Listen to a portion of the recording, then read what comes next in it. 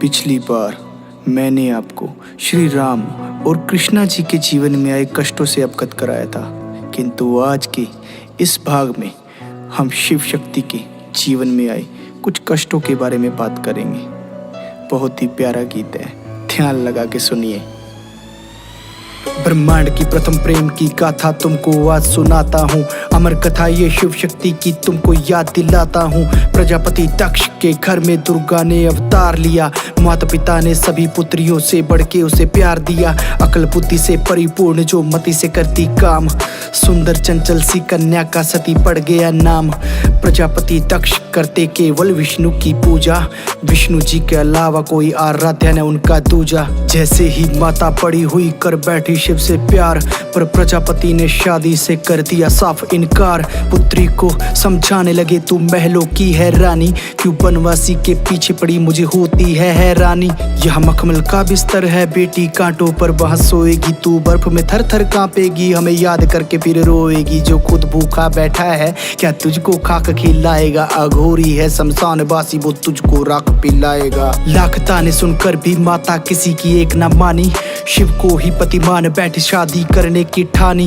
कठोर तपस्या की माता ने त्याग दिया जल अन्न, कड़ी तपस्या माने की तब शिव जी हुए प्रसन्न। आंखें खोलो हे देवी जल्दी मांगो वरदान, मांगो सोने चांदी हीरे या मांगो वेद पुराण। माता बोली यह मोह माया है सभी त्यागती हूँ, मैं आपको अपने पति रूप में आपसे मांगती हूँ।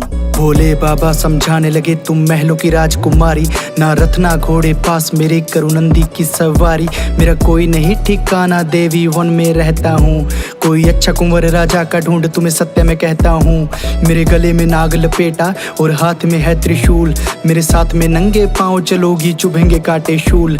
ऊंचे पर्वत पे ध्यान करूँ कैलाश है मेरा डेरा, अरे डर जाओगी देवी देख मेरे इर्द गिर्द भूतों का घेरा। बोली माता मैं सब सह लूंगी करती आपसे प्यार, भोले बाबा प्रसन्न हुए किया माता को स्वीकार।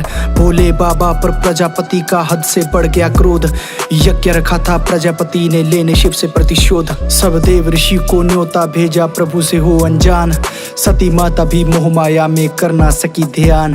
प्रभु से पूछा माता ने एक विनती है मेरे ईश, मुंडमाला जो धारण है किसके है इसमें शीश। प्रभु आंखें भरकर बोले 107 मुंड की माला, बस एक शीश है बाकी फिर सब पूर्ण होने वाला। ये सभी शीश तुम्हारे हैं तुम मोह माया से भटकी हो, तुम खुद को ना पहचान पाई और मृत्यु लोक में अटकी हो। तुम यज्ञ में मत जाना वरना होगा अपमान, ये मृत्यु तुल्य होगा अपमान ले लोगी खुद की जान। कर यज्ञ में तुमको जाना है पहले शक्ति को जगाना है, मैं तुमको बांध नहीं सकता जाओ कर तुमको जाना है। माता खुद को पहचान सकी ना पिता के घर पर राई, प्रजापति ने माता सती को खरी खोटी सुनाई।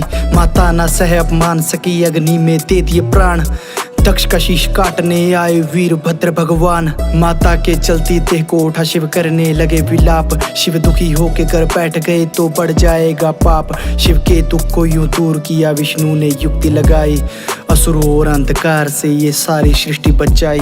विष्णु जी ने सुदर्शन से माता सती का शव काट दिया, जहाँ टुकड़े गिरे वहाँ पिंड बने शक्ति पीठों में बांट दिया। माता ने जाते बोल दिया मैं वापस लौट के आऊंगी, हर जन्म में शिव को पाऊंगी, शिव की शक्ति कहलाऊंगी। माँ पार्वती बन लौटी करती थी प्रभु का जाप, कामदेव जब भस्म हुए मिला पार्वती को श्राप। रति कामदेव की पत्नी थी बोली तू निसंतान रहे, जब मेरी गोद रहेगी सोनी तू भी तो निसंतान रहे। ये युगों युगों की प्रेम कथा इसमें ना कोई संदेह, जब जब शिव का अपमान हुआ माँ त्याग देती थी देह।